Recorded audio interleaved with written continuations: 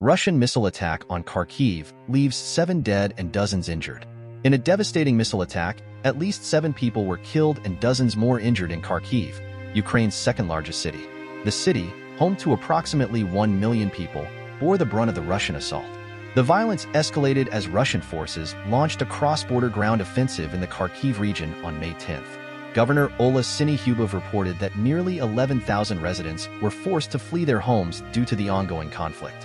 Vyacheslav Gladkov, the governor of Russia's Belgorod region, confirmed that a woman lost her life when a Ukrainian drone crashed into her house. The Russian Ministry of Defense disclosed that they had successfully downed 35 Ukrainian rockets and 3 drones over the Belgorod region, which lies adjacent to Kharkiv. Meanwhile, Russia claimed to have recaptured the small village of Andrivka in Ukraine's eastern Donetsk region. However, the Ukrainian General Staff countered this claim, stating that their troops were actively repelling 3 Russian assaults in the Andrivka and nearby Novyi areas. Notably, Ukrainian soldiers had liberated Andrivka during an offensive last September. In the Russia-annexed Crimea Peninsula, Sergei Aksionov, the head of the region, reported 2 fatalities resulting from a Ukrainian missile attack near Simferopol, the peninsula's main administrative center. Ukraine has not officially commented on this alleged attack. It's important to recall that Russia invaded and annexed Crimea from Ukraine in 2014. Further afield, Russia downed a Ukrainian drone in its central Tatarstan region, hundreds of kilometers away from the shared border. Amidst these military developments, Lieutenant General Vadim Shamarin, deputy head of Russia's general staff, and another high-ranking defense official were arrested on corruption and abuse of power charges.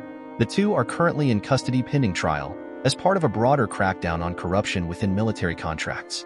Russian President Vladimir Putin arrived in Belarus, Moscow's closest ally, for talks with President Alexander Lukashenko.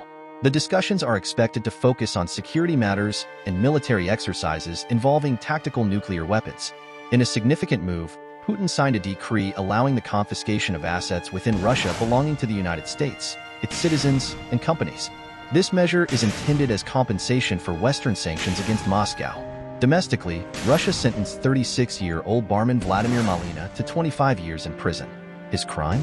Joining a unit of Russians fighting for Ukraine and carrying out sabotage of railway equipment. Similarly, 20-year-old student Vladimir Belkovich, hailing from Siberia's Irkutsk region, received a 13-year prison sentence for treason. His offense involved distributing leaflets on behalf of a pro-Ukraine partisan group. On a more hopeful note, 13 Ukrainian children returned home from Russia and Russian-occupied territories with the cooperation of Qatar.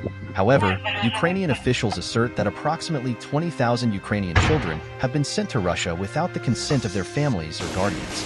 In a concerning development, OVD Info, a prominent Russian rights group and protest monitoring network, received a notice from YouTube threatening to block access in Russia to one of its video channels featuring news on the war in Ukraine. Ukraine's Foreign Minister, Dmytro Kuleba, urgently appealed to Western allies to send 7 Patriot air defense systems.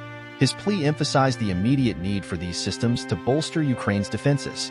Meanwhile, the United States is preparing a new $275 million military aid package for Ukraine. This comprehensive package includes high-mobility artillery rocket systems, HIMARS, 155mm and 105mm high-demand artillery rounds, Javelin anti-tank systems, AT-4 anti-tank weapons, anti-tank mines, tactical vehicles, and small arms.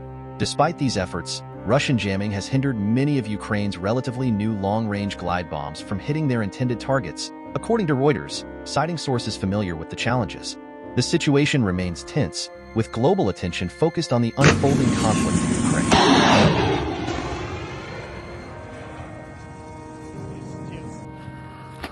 Так, вот, короче, захуярили Бабу-Ягу.